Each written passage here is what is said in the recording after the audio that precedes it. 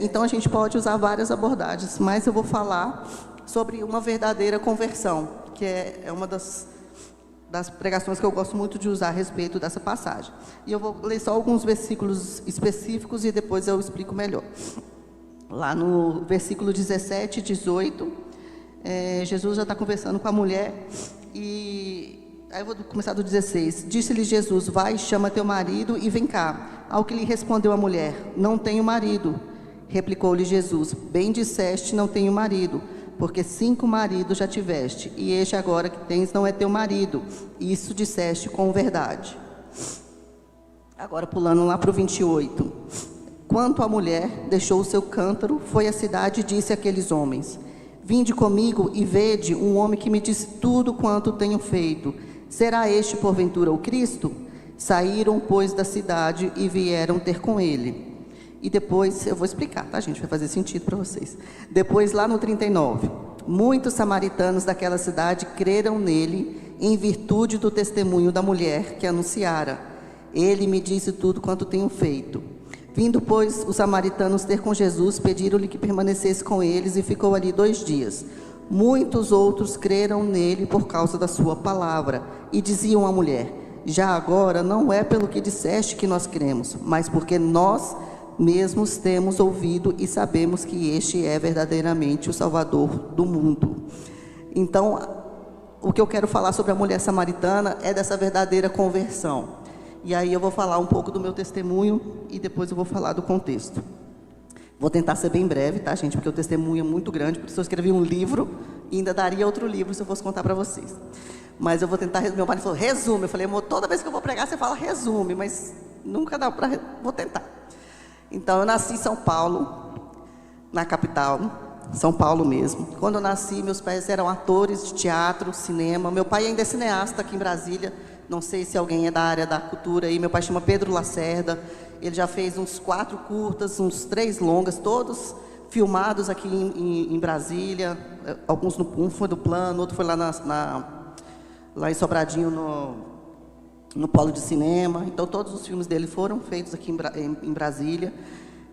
E ele era ator e cineasta e ator de teatro também lá em São Paulo, onde ele conheceu a minha mãe. Minha mãe, a família dela toda de Belo Horizonte, e meu pai, a família dele toda de Goiânia. Os 2 foram para São Paulo e se conheceram lá. Meu pai era o diretor de uma peça, minha mãe foi fazer entrevista para fazer parte dessa peça de teatro, e ali eles se apaixonaram e começaram a namorar. Nesse namoro aí, minha mãe já engravidou de mim em poucos meses. 6 meses de namoro, minha mãe já engravidou de mim.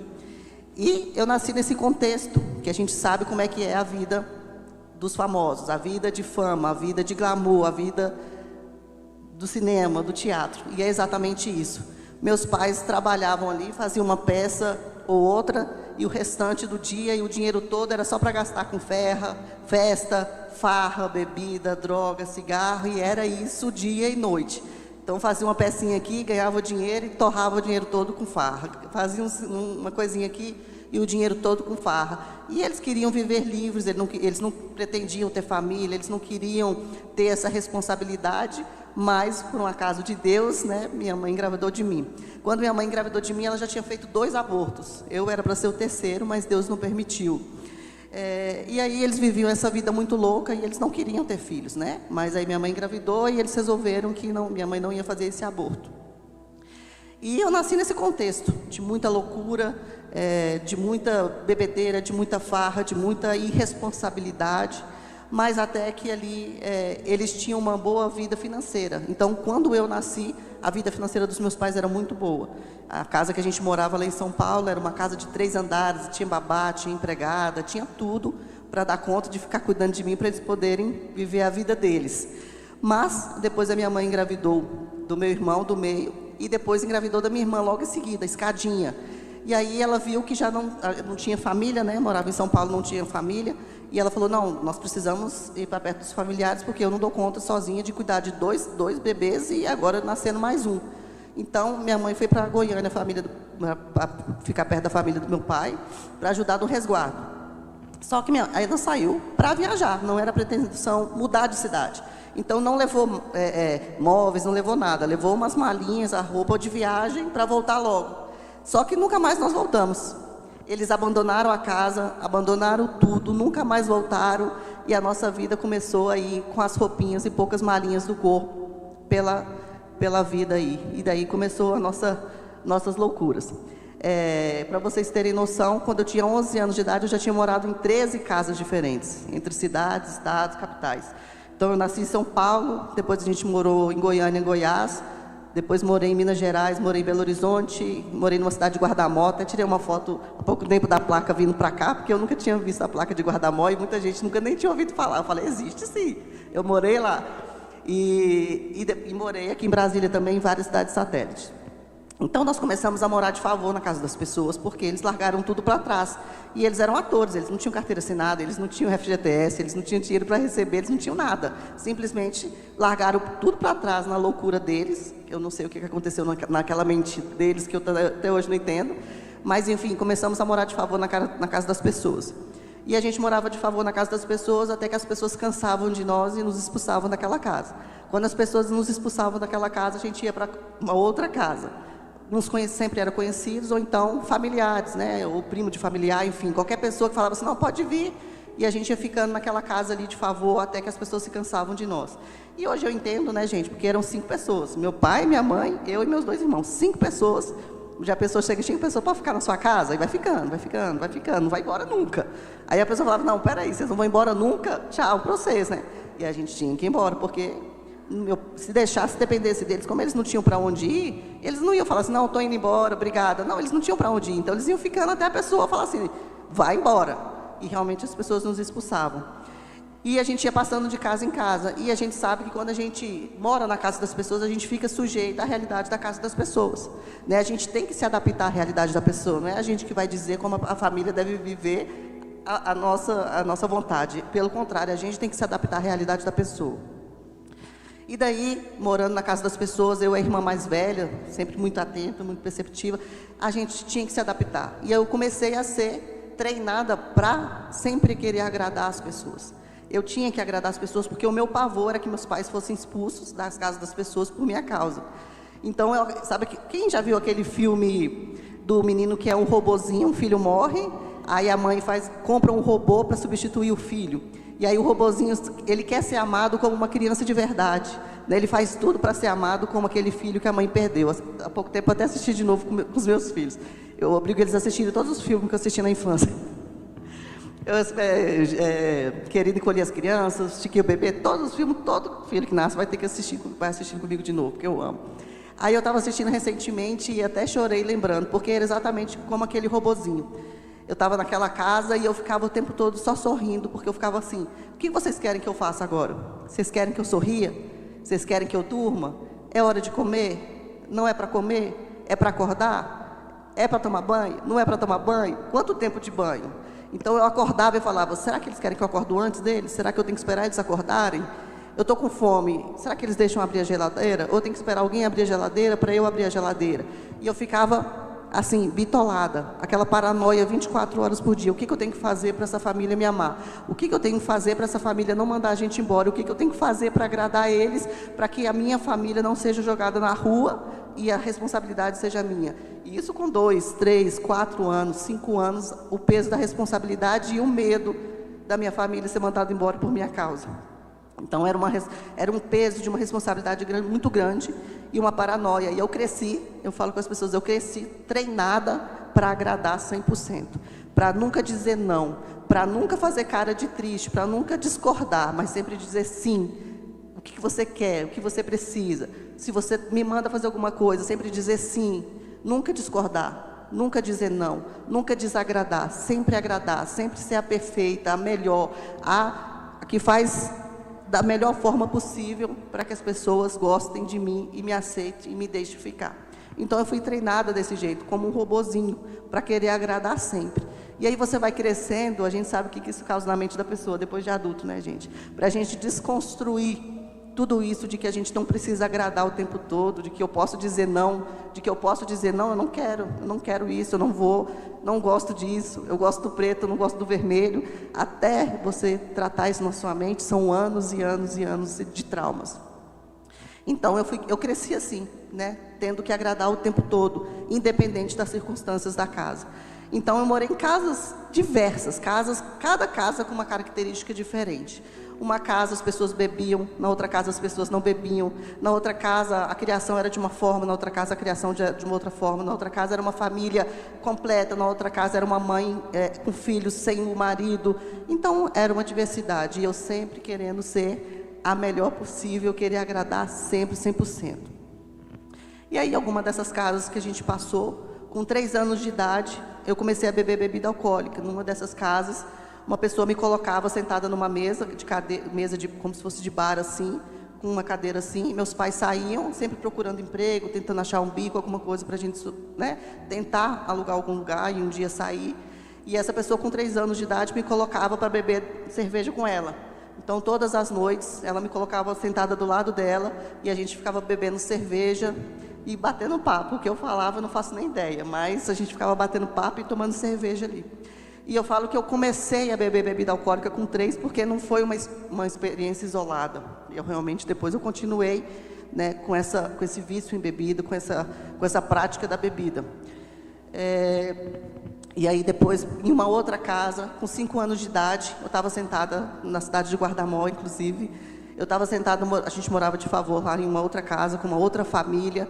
E eu estava lá uma certa tarde, meus pais tinham saído, e uma senhora da casa falou assim: vem cá, senta aqui comigo num degrau assim, e tinha aqueles barris, aqueles negócio de vinho de 5 litros, né, que vendia antigamente. Ela pegou aquele negócio de 5 litros de vinho e foi colocando no copo para mim e para ela, e a gente bebendo, e eu com 5 anos, e aí eu fiquei alcoolizada pela primeira vez com 5 anos de idade. E eu fiquei completamente bêbada, e eu nunca tinha ficado bêbada, porque a outra que me dava cerveja, ela sabia a hora de parar para os meus pais não perceberem. Essa não. E eu fiquei totalmente bêbada. E quando meu pai chegou na casa e ele me viu que eu estava totalmente bêbada, cambaleando, igual um bêbado da rua qualquer com 5 anos de idade, meu pai me levou para o quarto da casa e me deu uma surra. E eu não entendi nada. Eu falei: poxa, ele me deixou nessa casa com essa pessoa, a pessoa me deu a bebida, eu aceitei porque eu sou educada, eu não vou fazer eu não posso negar. Ela me ofereceu, eu vou negar, vou fazer desfeito, eu não vou. Bebi. E agora eu estou aqui no quarto, levando uma surra, sem entender nada. Então, as coisas na minha cabeça não faziam sentido, porque se eu agradava, eu tinha que agradar, mas se eu não agradava, pelo outro contrário, tinha outra consequência. Então, eu estava sempre naquele conflito do que fazer, quem era eu, qual era o meu sentido da minha vida, da minha existência, o que eu tinha que fazer de fato na vida, né? E aí foram se passando outras casas. Numa outra casa que a gente morou, aí agora que já é em Brasília, lá na Asa Norte, um apartamento de alta classe, numa família com muita condição, com muito dinheiro. E uma certa noite, meu pai tinha saído para fazer algum bico, estava minha mãe, a família, né? Minha mãe, eu e meus 2 irmãos em casa. Já era tarde da noite, a minha irmã estava com 1 ano, ela estava queimando em febre. Por volta de meia-noite, minha irmã estava com muita febre, com 1 ano de idade. Eu estava com 3, né, mais ou menos. E meu irmão sentou na cama do lado de uma das filhas, da filha mais velha do casal. Na hora, o pai chegou, deu um beliscão no meu irmão e falou assim: vocês vão embora dessa casa agora, porque vocês não podem chegar perto dos meus filhos, porque vocês têm doença, e eu não quero vocês perto dos meus filhos. E, na verdade, a doença que a gente tinha era ser pobre, porque para ele ser pobre era uma doença, porque ele era muito rico. E ele, que se dizia, né, até triste dizer, que na época se dizia crente, ele não esperou nem amanhecer para a gente ir embora daquela casa. Ele mandou a gente naquela hora mesmo, à meia-noite. E a gente só falou: vamos só esperar o meu pai chegar e a gente vai ter que ir embora. E eu lembro da minha mãe falando: minha filha, vai lá tirar a camisolinha que a gente vai ter que ir embora. E eu não entendi nada, né? Por que a gente está indo embora? E meu pai chegou, já era quase 1h da manhã, e a gente teve que ir embora, sem destino, sem nenhuma perspectiva, sem saber para onde a gente ia. Não tinha celular naquela época. Eu me lembro que a gente desceu o elevador e foi até um orelhão. E meu pai ligou para um amigo que ele tinha aqui em Brasília. E o amigo tinha um apartamento para alugar, um apartamento vago. Não sei se era no Guará ou no Gama. E ele falou assim: olha, o apartamento está lá vazio, eu estou esperando para alugar. Enquanto não tiver o inquilino, vocês podem ficar lá um tempo. E nós falamos: é a única opção, não tem, senão nós vamos para baixo da ponte. E aí nós fomos para aquele apartamento ali, só que o apartamento não tinha louça, um apartamento vago para alugar. Não tinha louça, não tinha talher, não tinha copo, não tinha geladeira, não tinha fogão, não tinha cama, não tinha sofá, não tinha nada. Nada. Depois ele arrumou para a gente um colchão de casal e nós 5 dormíamos no colchão de casal. E a gente ia tentando sobreviver, mas passando aquela necessidade.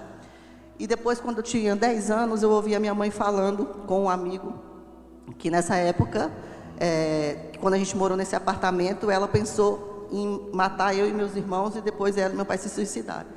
E aí, quando você tem 10 anos, e você escuta sua mãe falando que passou na mente dela a possibilidade de matar você e seus irmãos, e depois se matar, você que já tem aquela insegurança de não ter uma estabilidade na vida, de não ter uma segurança, de não ter um teto, você pensa, poxa, eu achei que eu podia pelo menos confiar na minha mãe e no meu pai, mas agora eu vejo que eles são um risco para mim, né? Porque eles podem, qualquer hora, de repente, resolver de novo que não está boa a vida e vai me matar e matar meus irmãos, né? Então, nem eles, eu não posso confiar nem neles. Então, assim, se eu confiava pelo menos neles, já não tinha mais em quem confiar, eu não tinha mais ninguém a quem recorrer.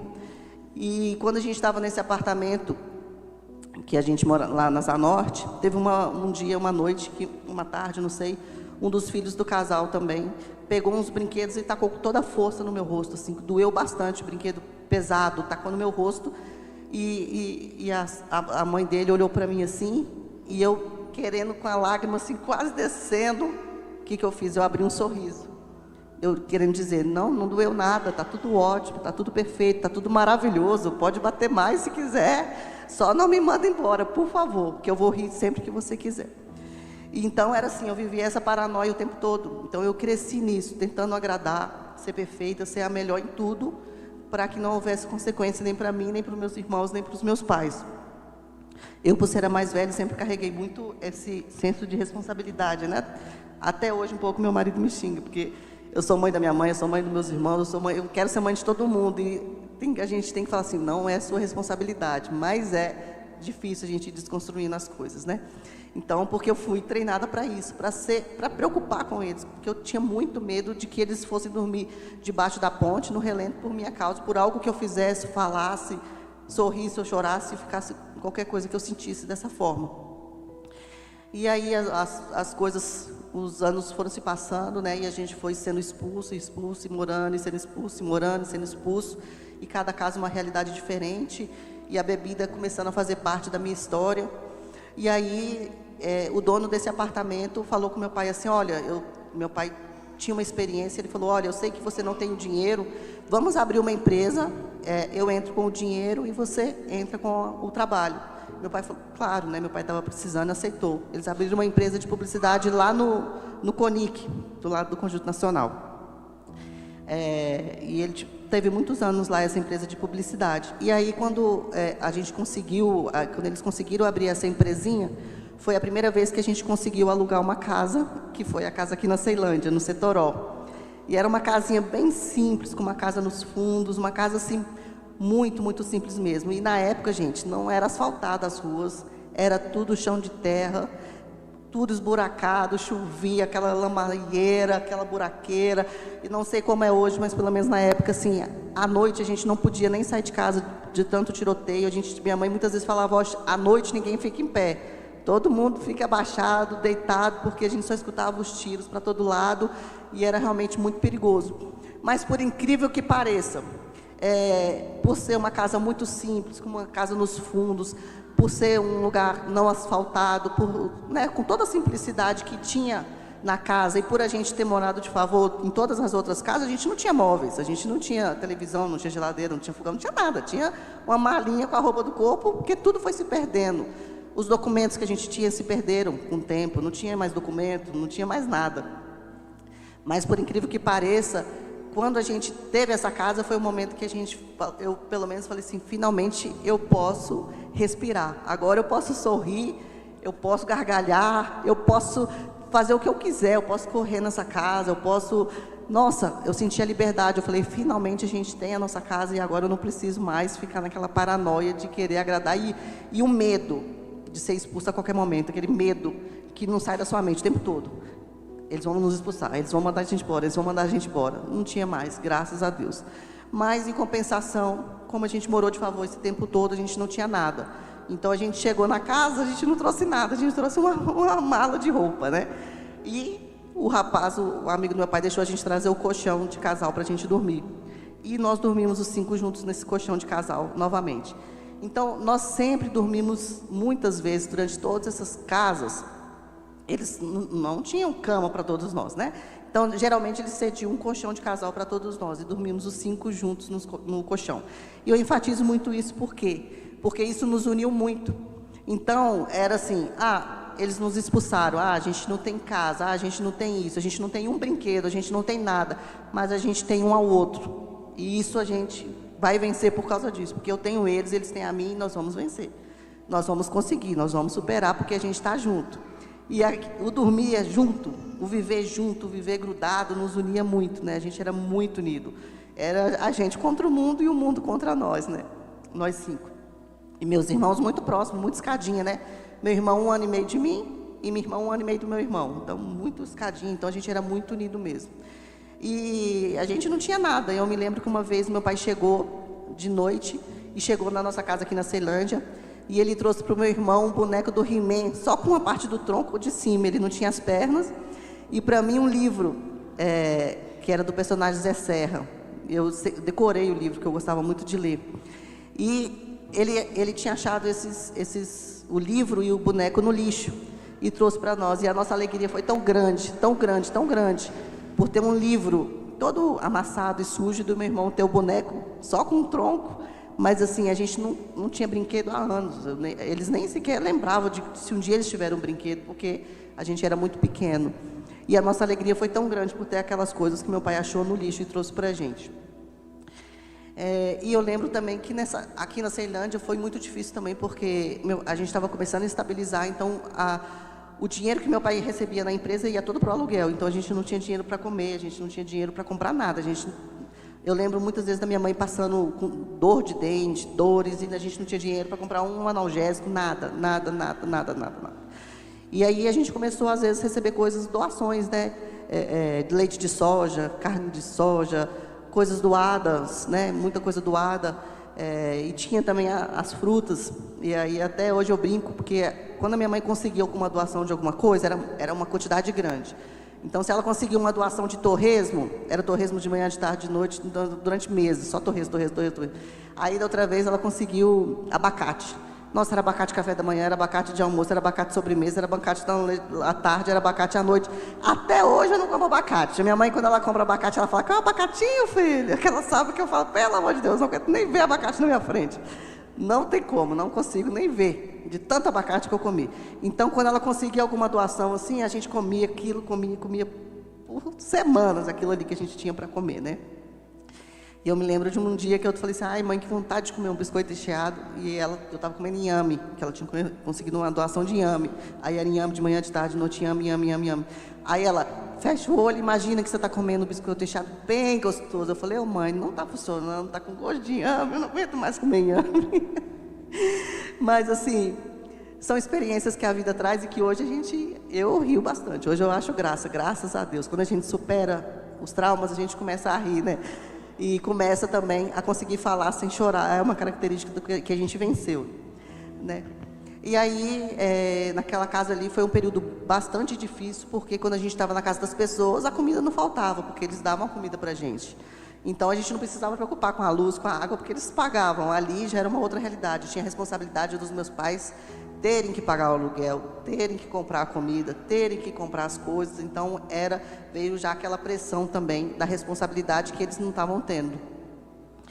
E foi um tempo bem difícil mesmo, de miséria mesmo, né? A gente sabe que tem a diferença da miséria para a pobreza. Esse tempo na Ceilândia, realmente, nós éramos miseráveis, porque a gente não tinha mesmo o que comer. Se a gente não recebesse doação, a gente não comia. E muitas vezes o café da manhã, durante semanas, era farinha de mandioca com açúcar. Quem já comeu? Eu já vi muita gente que comeu, né? Depois eu descobri. E era uma delícia, né? Farinha de mandioca com açúcar, esquentadinho no fogo ali. E era uma delícia. Mas o quê? Aquilo ali, gente, não tem vitamina nenhuma. Então, para uma criança que está em fase de crescimento, aquilo ali é igual aqueles venenos para matar rato, né? Enche o bucho, a pessoa fica satisfeita, mas vitamina mesmo não tem nada. A criança para de chorar de fome, mas não tem vitamina nenhuma. Tanto que quando a gente foi crescendo, né, eu até depois estudei muito, e muitas coisas que acontecem de problemas de saúde mental são por falta de vitaminas durante a infância ou o processo de crescimento da criança, traz transtornos mentais, traz problemas mentais por falta de vitaminas na idade de crescimento, na infância. Então, nós tivemos muito déficit de vitaminas, né? Eu me lembro quando a gente mudou para Sobradinho, minha mãe comprava muita ampola de vitamina e tinha gosto de óleo, né? E eu tinha que ficar tomando muita ampola de vitamina, muita para repor, porque a gente realmente passou muito tempo sem ter alimentos, assim, coisas boas para a gente comer, frutas, verduras, etc. E nós ficamos alguns meses aqui na Ceilândia, mas foi um período que eu me senti bem por poder estar na minha casa, poder falar alto, poder brincar com os meus irmãos sem medo. E uma outra coisa também que foi muito interessante, porque quando eu estava de favor na casa das pessoas, eu sempre era tratada como o quê? Um cachorro, uma intrusa, uma nada, né? Eles estavam na casa deles, eles sempre tinham, se eles tinham condições de nos receber, porque eles tinham uma condição financeira para isso. E nós éramos apenas crianças famintas, intrusas na casa das pessoas, que não iam embora nunca. Então a gente sempre se sentia como cachorro, sabe? Que, ai, cachorro não vai embora, sai daqui, cachorro. Sempre assim, sempre jogado para os cantos, sempre quando você vê que as pessoas estão doidas para se livrar de você, tipo, não te aguenta mais e não sabe como é que faz para se livrar de você e não pode te mandar, né, te desfazer, mandar te matar, tem que aguentar até onde vai dando e chega uma hora que a pessoa também já não está aguentando mais você e você fica se sentindo um nada. Mas aqui na Ceilândia, eu falei assim, gente, agora finalmente eu encontrei pessoas iguais a mim. Eu sou pobre, eu não tenho nada, eu não tenho brinquedo, mas essas crianças aqui também são iguais a mim. E eu me senti inserida, falei, finalmente encontrei crianças iguais a mim, encontrei pessoas que me tratam de igual para igual, pessoas que não me tratam com indiferença, pessoas que eu posso brincar, que eu vou na casa delas, eu vejo, não tem nada, mas na minha casa também não tem nada, mas na delas também não tem nada. Então, eu comecei a me sentir menos inferior quando eu morei aqui na Ceilândia, por isso, pela igualdade social que tinha entre mim e as outras crianças. E aos pouquinhos, né, meus pais tinham muitos conhecidos, são pessoas muito comunicativas, digamos assim. Então, a gente recebeu uma doação de uma televisãozinha aqui, aí depois recebeu a doação de uma geladeira, um fogãozinho, aquele vermelho que tinha aquelas lateraisinhas assim, parecia que ia voar, né? E aí, aos pouquinhos, a gente recebeu o básico. Mas a gente ainda não tinha, por exemplo, cama, a gente sempre dormia no chão, a gente não tinha sofá, a gente não tinha mesa, a gente sempre comia sentado no chão, não tinha cadeira. Então, a gente tinha só a televisão, a geladeira, o fogão, que era o básico. E depois de algum tempo, a empresa começou a melhorar um pouquinho e meu pai começou a procurar, então, um outro lugar para a gente morar. E aí a gente foi para Sobradinho 1, e a gente morou lá, foi onde que eu morei até antes de ir para Belo Horizonte, né, com 15 anos. E lá em Sobradinho, quando eu cheguei, eu fiquei maravilhada, porque eu cheguei numa casa que tinha azulejo, né? Porque aqui na Ceilândia a casa era aquele vermelhão. E eu cheguei e falei, meu Deus, que casa maravilhosa, que casa linda, assim. Foi aquele sonho, aquela casa, assim, né? E era uma casa também com casinha nos fundos, era uma casa com murinho, assim, bem baixinho. Mas era aquela casa que eu olhava e falava assim, meu Deus, que casa maravilhosa, que coisa divina, assim, né? Tudo tão lindo, lindo, lindo, lindo, lindo. Mas, né, não tinha cama ainda, então a gente dividia a cama, eu e os meus irmãos. Aos pouquinhos as coisas foram melhorando, mas assim, bem lentamente, né? E para vocês terem noção que eu fui ter sofá em casa pela primeira vez, eu já estava com 12 anos. Até os 12 anos eu nunca tive sofá em casa. Então hoje às vezes eu vejo pessoas que às vezes moram em lugares mais simples e tudo. Eu falo, olha, mas se você tem uma cama, se você tem um teto, você já está bem demais, porque eu não tinha uma cama, eu não tinha um teto, não tinha um sofá, não tinha uma cadeira, não tinha nada. Então se você tem um lugar para você repousar a sua cabeça, se você tem uma cama para você dormir, você já tem que levantar as mãos para o céu, porque você já tem muita coisa. Porque a gente saía da casa das pessoas e o único lugar que a gente tinha era debaixo da ponte. Era ir no viaduto, dormir em algum lugar. Mas, graças a Deus, Deus enviava alguém e alguém nos abrigava novamente. E o tempo foi passando, a gente estava lá em Sobradinho. E quando eu pensei que finalmente a nossa vida ia se ajustar, lá em Sobradinho, nessa casa, eu falei, nossa, agora finalmente... a gente já continua sendo bem simples, né? E aí voltou aquela questão, as minhas amiguinhas ali, todas eram de classe média para classe média alta. E eu, sendo sempre tratada como cachorro por elas, assim. Né? Elas me expulsavam da casa delas, me enxotavam da casa delas, elas tinham tudo, falavam, eu tenho tudo, você não tem nada, você é uma pobre coitada, porque criança quando quer ser má também sabe, né, gente? A gente pensa que criança é bobo, mas criança quando quer maltratar as outras crianças, elas conseguem. Então, por exemplo, a minha amiguinha falava para mim assim, ai, sua mãe te deixa largada na rua, ela não está nem aí para você, ela te deixa largada o dia todo na rua, nem quer saber de você. Mas eu também falava assim, aí você que não sabe nem ir na padaria sozinho, se sua mãe morrer. Eu tinha uma resposta afiada. E aí, a minha forma... Aí, o que acontece? Que aí foi virando para o lado contrário, né? Porque a minha forma de me sentir... Eu falei assim, eu tenho que buscar uma forma de me sentir menos inferior. Porque eu não vou deixar... Estava crescendo, eu falei, não vou deixar essas meninas também ficarem me humilhando desse jeito, não. Agora... eu vou ter que achar uma forma. Elas têm dinheiro, eu não tenho. Elas são ricas, eu não sou. Elas têm os brinquedos, eu não tenho. Mas alguma coisa eu tenho que elas não têm. Eu sou inteligente, eu sou esperta, eu sou forte. Então eu vou usar as armas que eu tenho contra elas. Aí a gente ia brincar de qualquer jogo que a gente ia jogar. Eu sempre ganhava, porque eu roubava em todos e elas nunca descobriam como que eu ganhava. Elas ficavam assim, mas como que você ganha toda vez? Eu falava, sou boa, fazer o quê? Mas eu roubava, via as respostas antes, via as cartas. Eu dava um jeito de passar a perna nelas e saía assim, toda satisfeita. Tipo assim, nossa, eu sou tão inteligente, elas são tão bobinhas. Que delícia. Saía super satisfeita. Mentia, inventava um monte de história, elas acreditavam em umas histórias assim, mais absurdas. Gente, eu falava umas histórias, tipo assim, você sabia que eu morri, eu sou tipo Robocop, eu já morri por dentro, sou toda de robô. Aí elas acreditavam, eu ficava assim, gente, como é que pode ser boba desse jeito? Meu Deus do céu. Aí elas me expulsavam, falavam assim, vai embora da minha casa agora.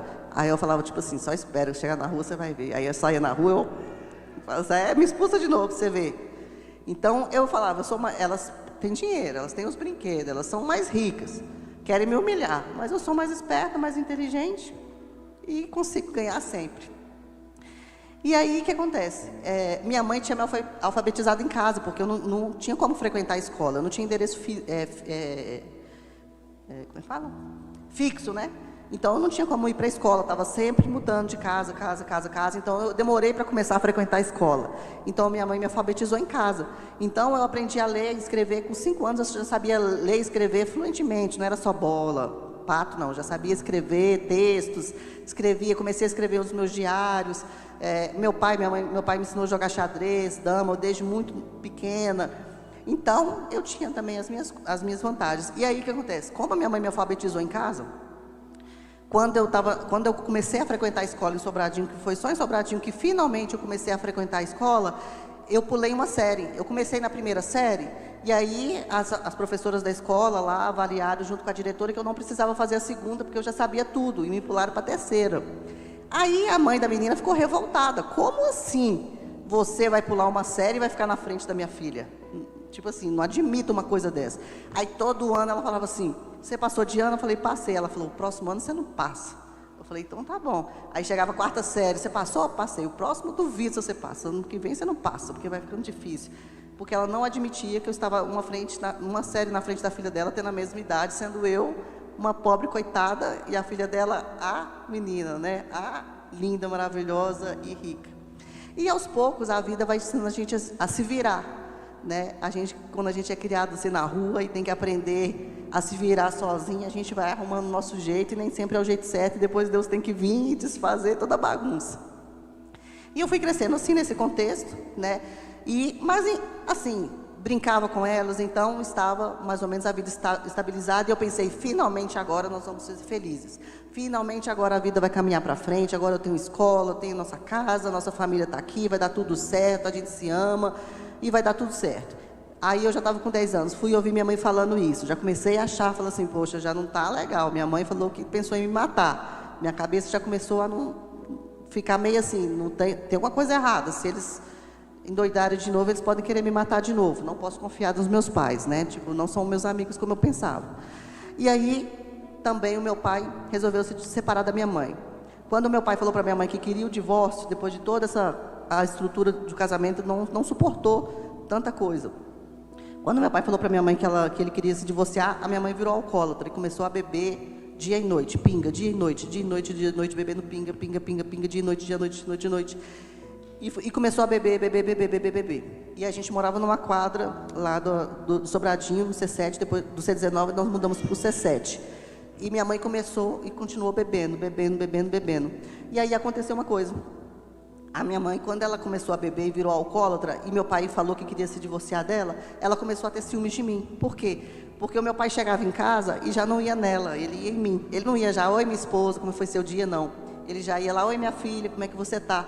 E minha mãe começou a olhar para mim com inveja, começou a olhar para mim e falar, como assim? Ela está roubando a atenção do meu homem, ela está roubando a atenção do meu marido, ele é meu. E começou a dizer palavras para mim, muito agressivas para uma criança ouvir. Criança que já estava com a cabeça toda perturbada, né? Toda desestruturada já, vindo de tantos traumas. E a minha mãe começou a dizer palavras muito, muito, muito duras para mim mesmo.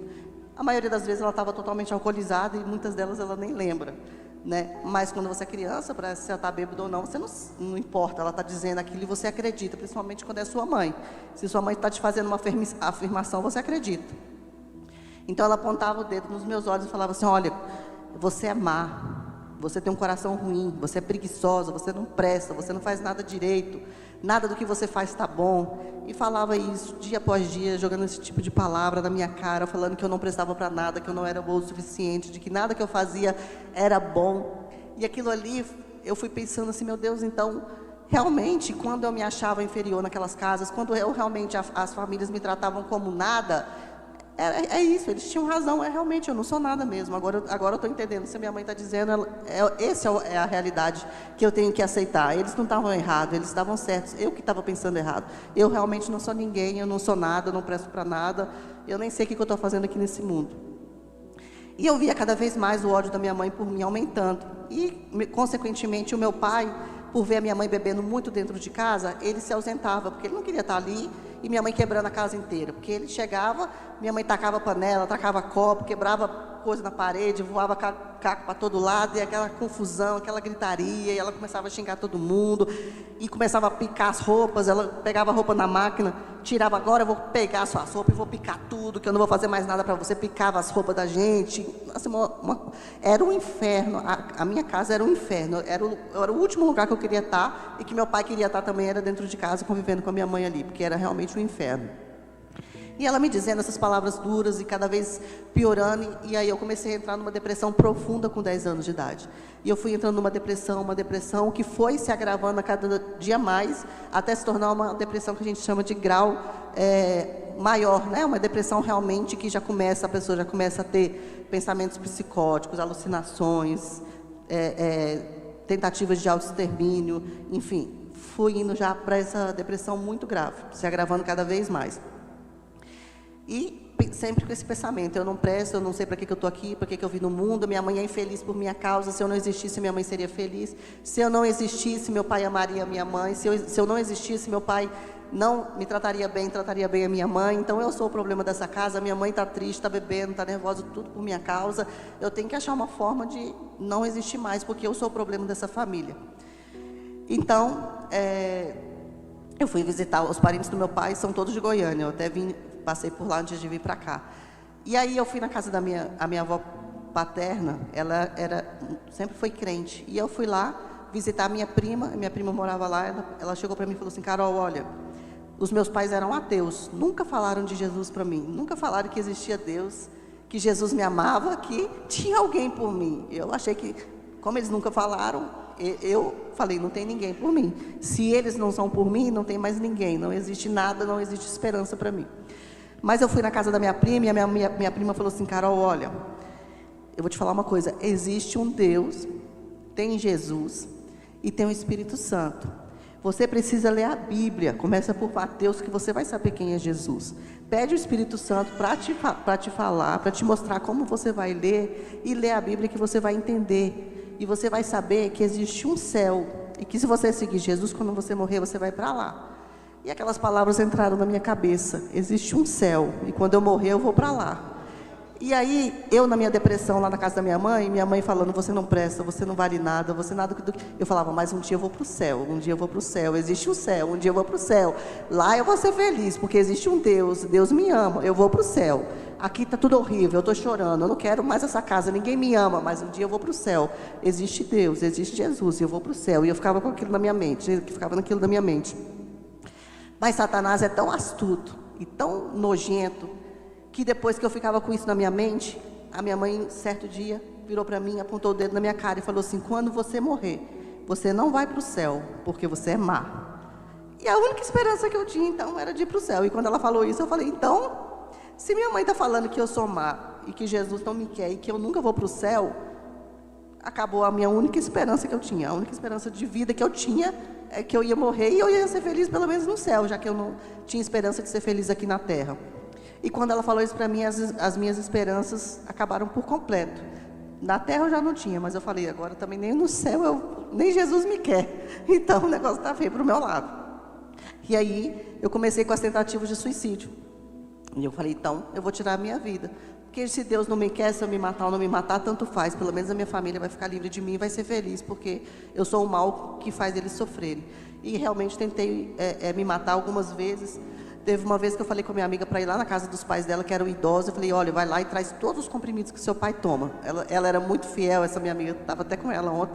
Ela não perguntava nada, eu falava, ela fazia. Ela foi lá na casa dela, nem questionou, foi lá, pegou tudo o comprimido que os pais delas tomavam, e eles eram bem idosos. Aí tinha comprimido verde, comprimido, cápsula, branco, amarelo, tinha tudo quanto é tipo de comprimido, grande, pequeno, de todas as cores. Ela trouxe uma mão cheia de remédio assim, era cerca de 15 ou 20, eu falei: tá bom. Ela foi embora, eu falei: essa noite eu vou tirar a minha vida. E tomei aqueles 15 comprimidos, 15 a 20 comprimidos mais ou menos, e deitei esperando a morte chegar, e falei: realmente, finalmente agora eu vou morrer, e tudo isso vai acabar. E aí eu fiz uma última oração, né? Eu falei: Deus, eu sei que minha mãe falou que eu não vou para o céu.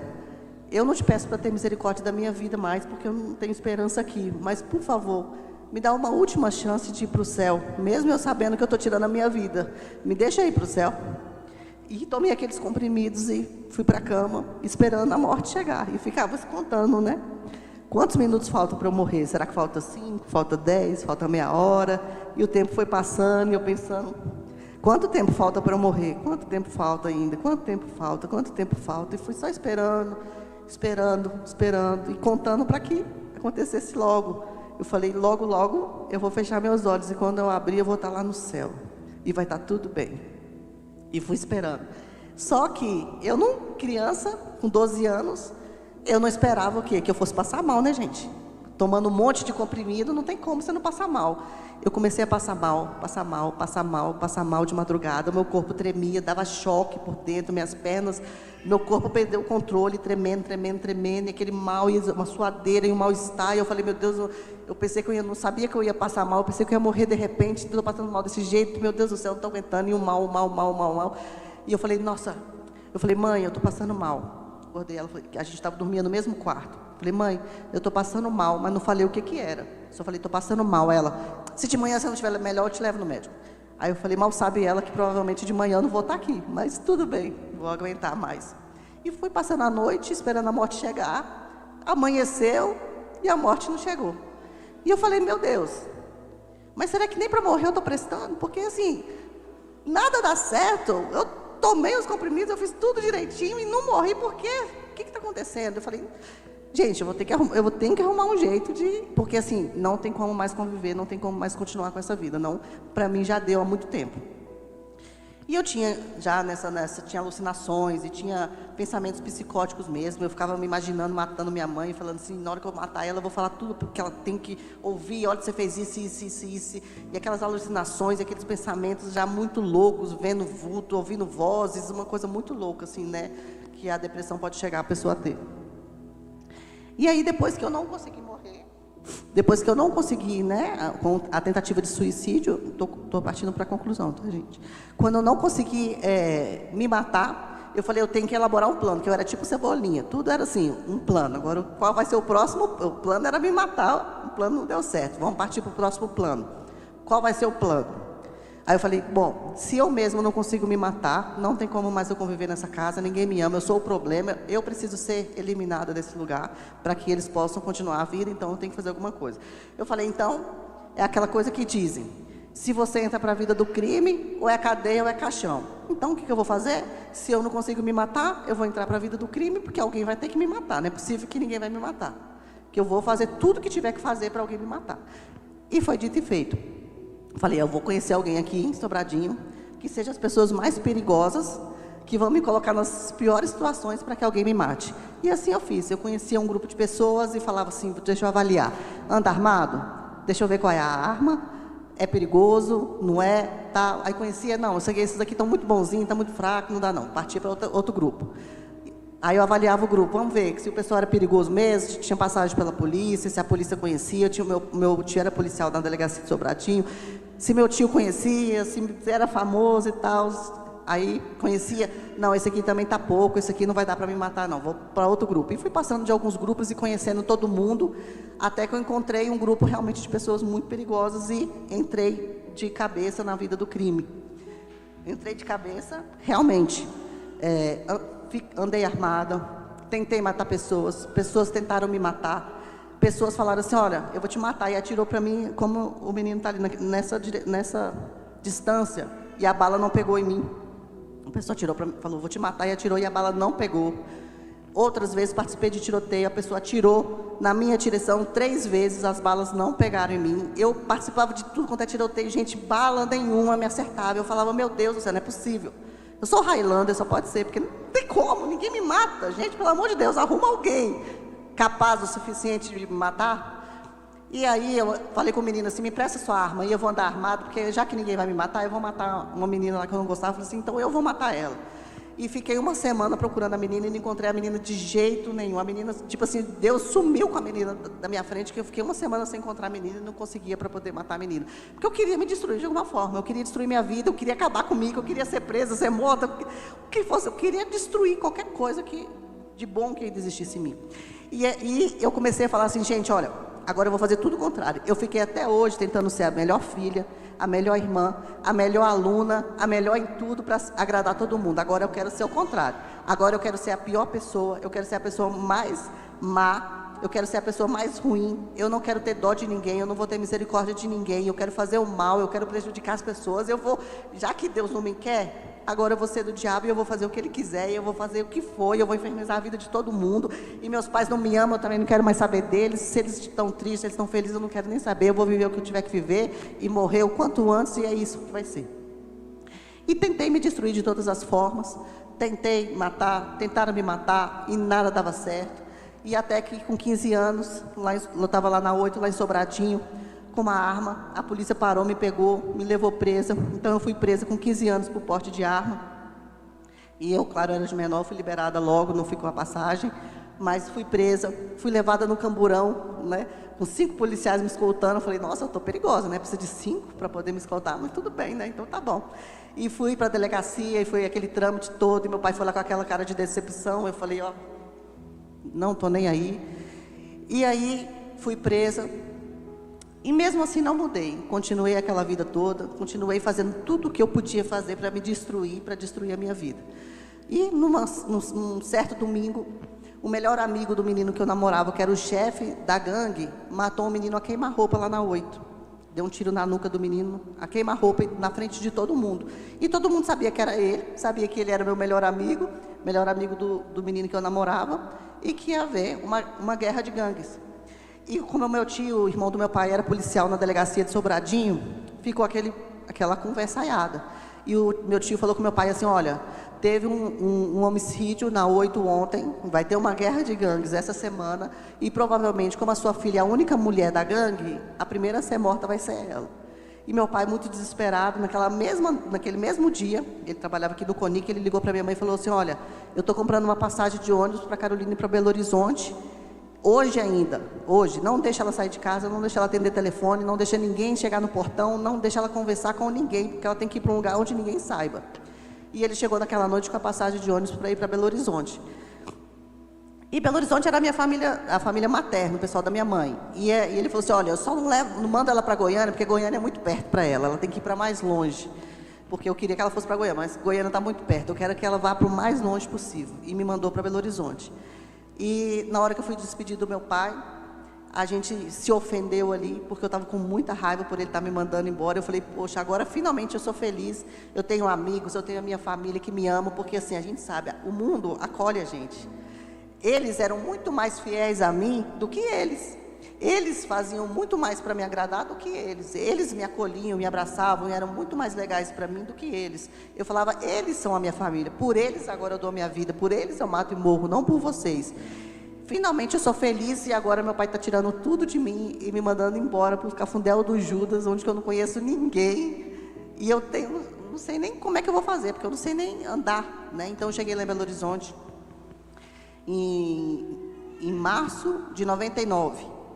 E cheguei lá totalmente revoltada, e durante aquele primeiro ano lá em Belo Horizonte, eu falei assim, eu vou aterrorizar essa cidade, eu morava na casa da minha avó. Eu falei, eu vou aterrorizar tanto que esse povo vai me expulsar dessa cidade, vai me mandar de volta para lá num segundo.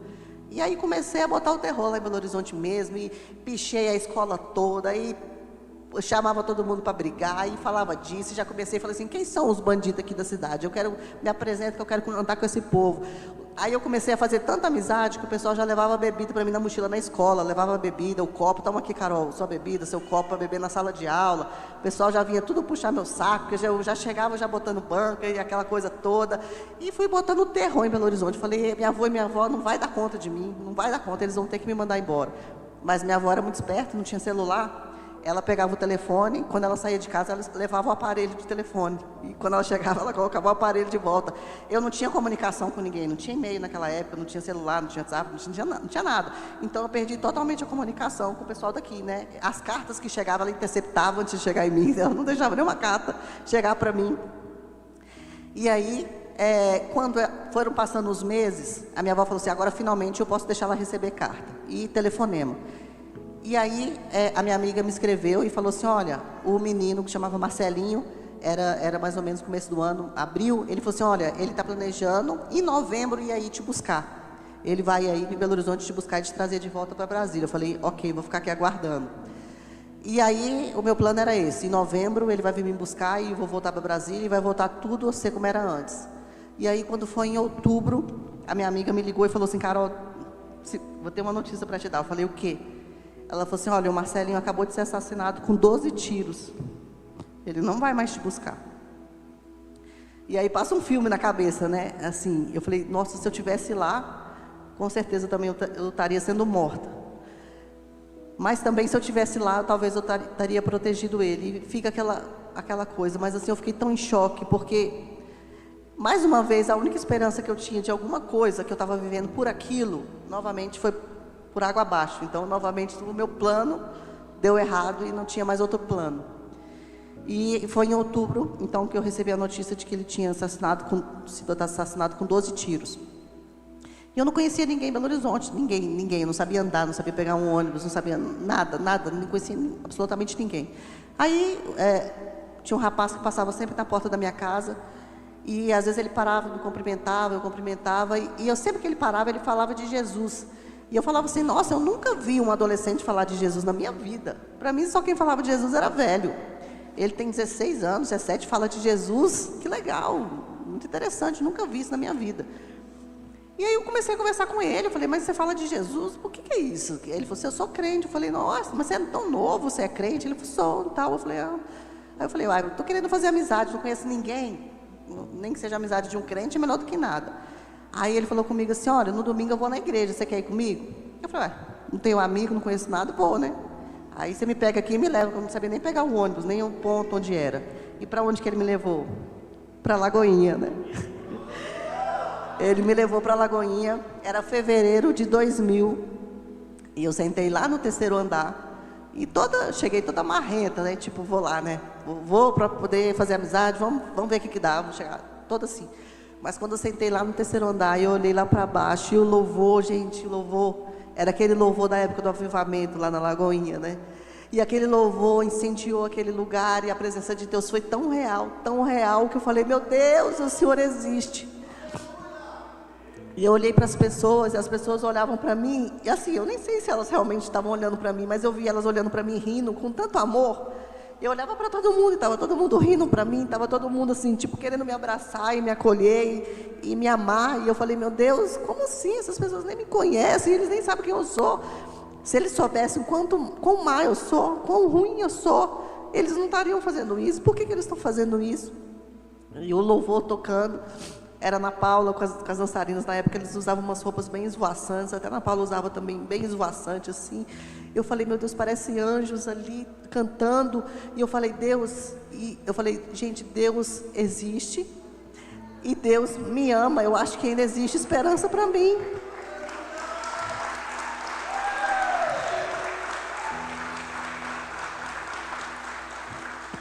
Eu falei assim, a minha mãe falou que Deus não me queria mais, mas eu acho que Deus ainda me quer. Eu acho que ainda tem uma esperança para mim. Eu acho que se eu crer, Deus vai me querer ainda, mesmo eu sendo tão má, mesmo eu feito tudo de errado, eu acho que ainda tem uma esperança para mim. E essa 1% de possibilidade eu me agarrei com todas as forças. Eu falei, é aqui que eu quero ficar e eu não vou sair desse lugar nunca mais, porque é aqui que eu quero ficar. Finalmente eu encontrei um lugar que eu me sinto acolhida, que eu me sinto amada, que eu me sinto parte, que eu me sinto gente, que eu não me sinto um cachorro, que eu me sinto um ser humano. E eu falei, daqui eu não saio nunca mais, porque é esse o lugar que eu quero ficar. E agora eu entendo porque que minha avó é crente, porque isso é ser crente, é isso, é sentir essa paz que eu estou sentindo do nada, é ver essas pessoas querendo me abraçar e me amando, mesmo eu estando com essa roupa. Eu andava só com roupa indecente, e essas pessoas não estão me julgando. E era fevereiro de 2000. Em 2001 eu me batizei, porque eu era muito metódica. Eu falei, eu só vou batizar quando eu estiver certinha, porque eu não vou batizar fazendo coisa errada não, porque eu não sou hipócrita não. Eu vou batizar se eu estiver vestindo direito, porque eu não vou ser uma crente que vem para a igreja e daqui a pouco está lá na rua andando de qualquer jeito, não. E aí eu comecei a conversar com o Senhor, igual eu estava falando lá no treinamento hoje. Eu falei, Deus, mas tá bom, é para eu ser crente, mas como é que crente veste? Como é que crente fala? O que é ser crente? Mas, Senhor, eu só sei enganar, eu só sei mentir, eu não sei falar a verdade mais. Como é que eu vou ser crente? Como é que eu vou ser boa? Eu só sei ser má. Como é que eu vou falar a verdade? Como é que eu vou fazer o bem? Eu não sei, eu não sei nada, eu só sei ser o que a vida me fez ser. E é isso, eu não sei como vai ser. Mas a importância do discipulado, da consolidação, porque você pega alguém e você mira naquela pessoa. E aquele rapaz que me levou para a igreja, eu falei, olha, eu não sei nada, me ensina. E ele falou, vem comigo. E eu falei, olha, é assim que um crente fala, é assim que um crente se veste, é assim que um crente age. E no primeiro dia ele já falou assim, olha, vem comigo, nós vamos lá na favela evangelizar. Eu falei, mas eu não sei falar. Ele falou, não fala nada, deixa que eu falo, só ora. Eu falei, então vamos lá. E a gente subia a favela, a gente descia a favela, a gente ia para o morro. E eu até falei com meu marido, tinha uma foto minha num bairro distante, eu de saltinho e saião, andava os bairros tudo a pé, de saltinho com saião, ia para todo lado, descia, subia morro, descia morro, ia na igreja de segunda a segunda. Eu não tinha dinheiro para ir na Lagoinha, eu ia na igreja da esquina. Se não tinha culto na esquina, eu ia na outra igreja, mas eu ia na igreja de segunda a segunda, e eu queria só buscar Deus. Eu chegava da escola, eu lia a Bíblia 24 horas por dia, e a minha mãe falou comigo assim, eu prefiro ver você no boteco do que ver você na igreja, eu não aguento mais ver você lendo Bíblia. O que você vai ser da vida?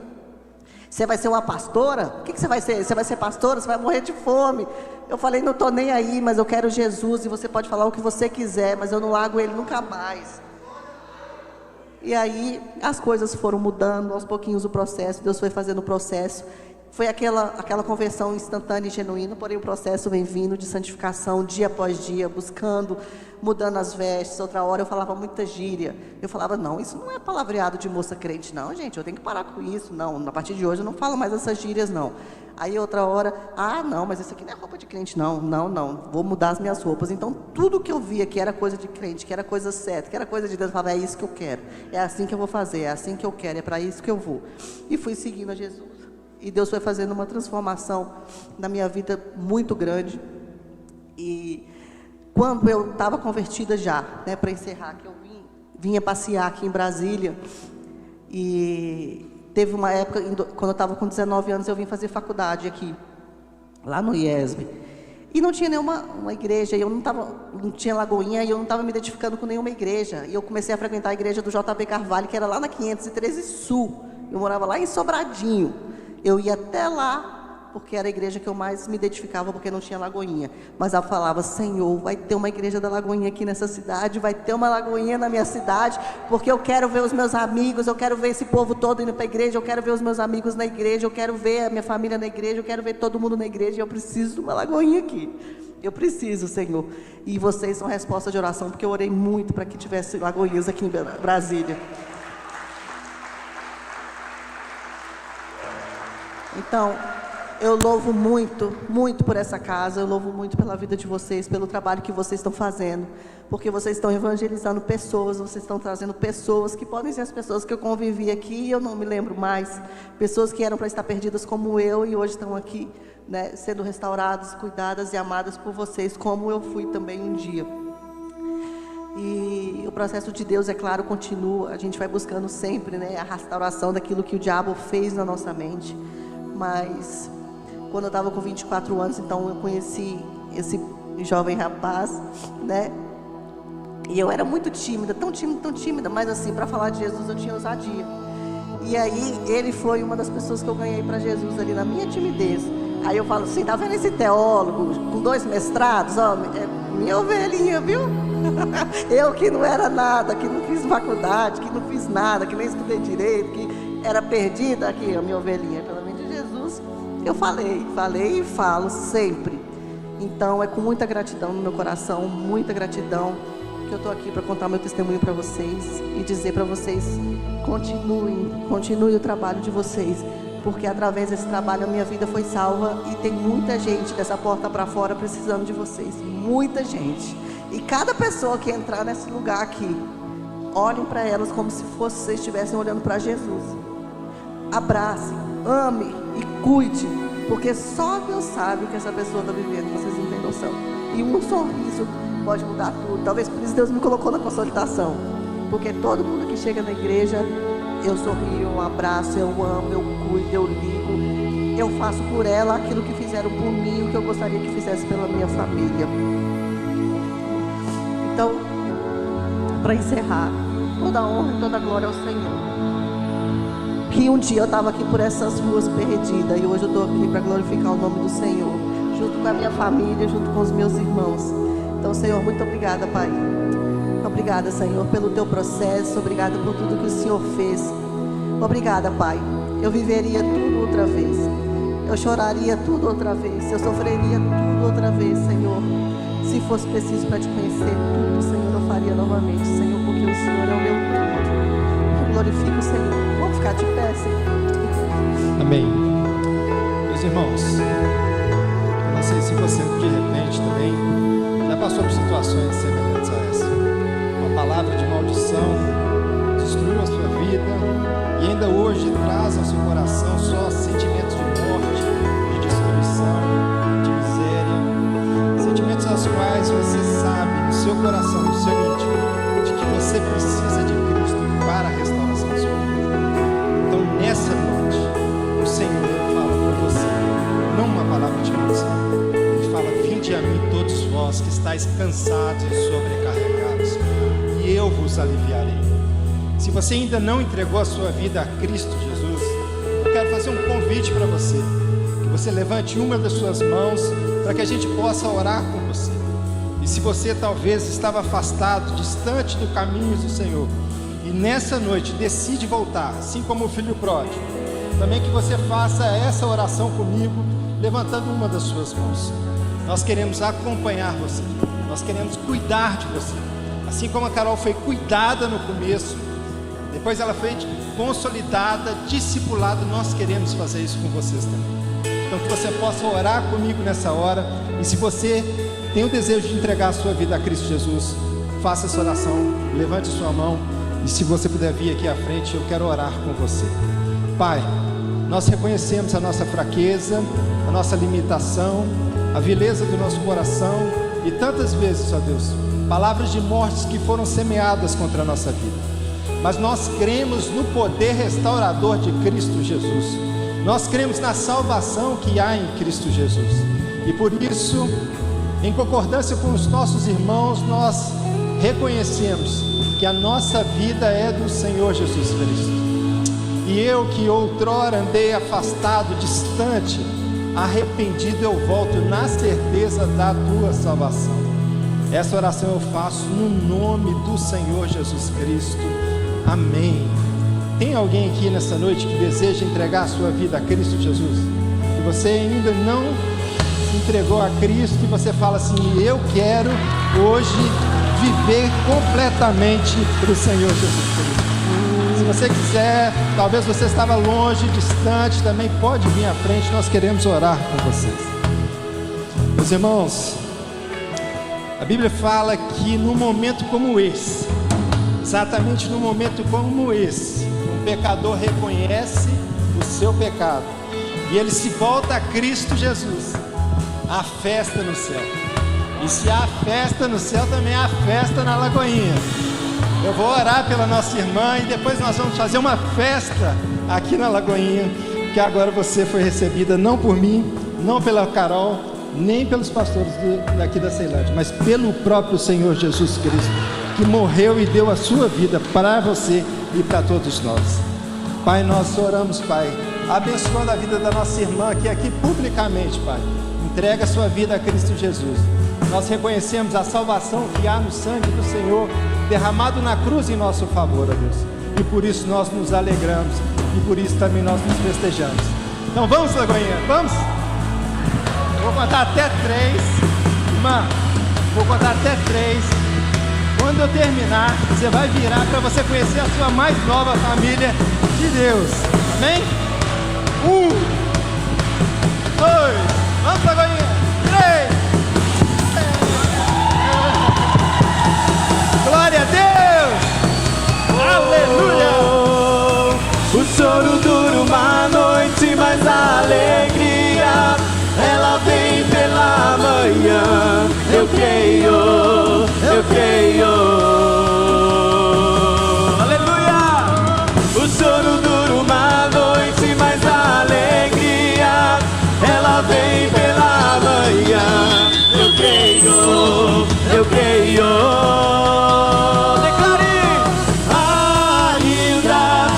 Figueira não floresça e não haja fruto na vide, e o produto da oliveira minta, todavia me alegrarei, todavia me alegrarei, todavia me alegrarei.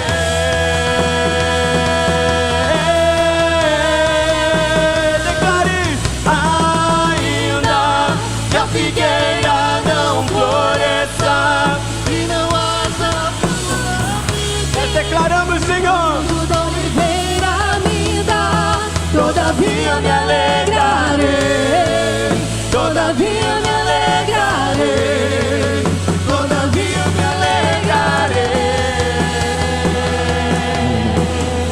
Só vocês, declarem. Ainda que a figueira não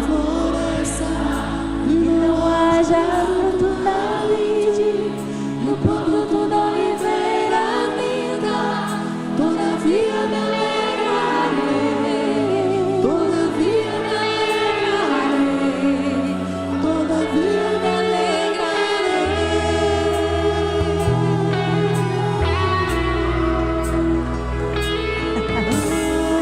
Você pode aplaudir bem forte ao Senhor.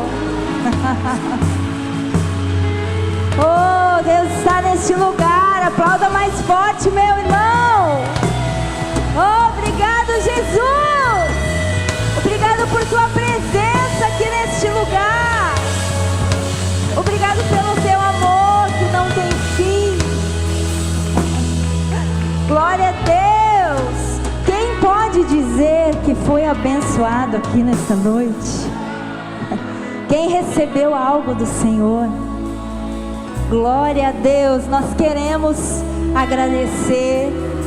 Nós vamos dar uma salva de palmas, de gratidão a esse casal abençoado, que veio aqui na nossa casa, trazer um pouco daquilo que o Senhor tinha para nos encher, nos completar hoje. Muito obrigado. Eu queria convidar vocês para chegarem aqui um momentinho. Nós queremos entregar uma lembrança da sua casa, da sua casa.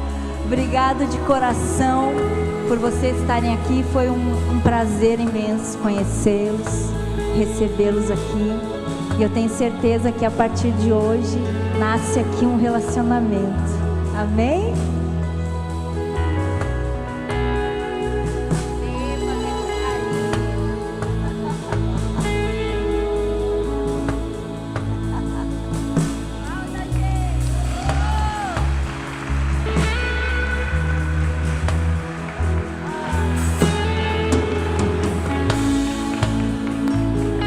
Gente, que testemunho, não é? Nosso Deus, Ele é poderoso. Nosso Deus, Ele é poderoso para mudar realidades. Sabe? Nós cremos, Lagoinha tem uma unção de Deus, uma graça de Deus. Muitas vezes as pessoas não entendem o que Deus pode fazer na sua vida, mas Deus é um Deus de novos começos, de recomeço, amém? Isso não é uma exclusividade na vida desses irmãos, mas é algo aberto para todos nós, é possível para todos nós, amém? Não deixe que as situações da sua vida te conduzam a uma situação na qual você vive desespero, mas entenda que Jesus Cristo te ama, amém? E novamente eu agradeço, né, a vida de vocês, né? E se Deus quiser, haverão outras oportunidades para vocês estarem junto conosco, amém? Vocês querem que eles voltem aqui mais vezes? Porque ela resumiu o resumo do resumo resumido, né, hoje, não é? Na realidade ela tem muito a contar, eles têm muito a compartilhar a respeito do que Deus tem feito na vida deles, e haverá outras oportunidades para eles estarem conosco, amém? Então nessa noite, não haja como se o Espírito Santo não estivesse aqui falando, mas abra o coração, vá para a sua semana com todo empenho, se encha dessa palavra e envie o link dessa palavra para pessoas que você conhece que precisam ser transformadas, amém? Porque Deus é poderoso para transformar. E tenha a melhor semana da sua vida, amém? Que a graça do Senhor cresça na tua vida, que você influencie pessoas, que haja um mover de Deus. Vamos viver o novo de Deus e trazer a presença, a glória de Deus nas nossas vidas, na nossa casa, no nosso bairro, na nossa cidade, amém? Deus abençoe a vida de vocês, em nome de Jesus, amém e amém.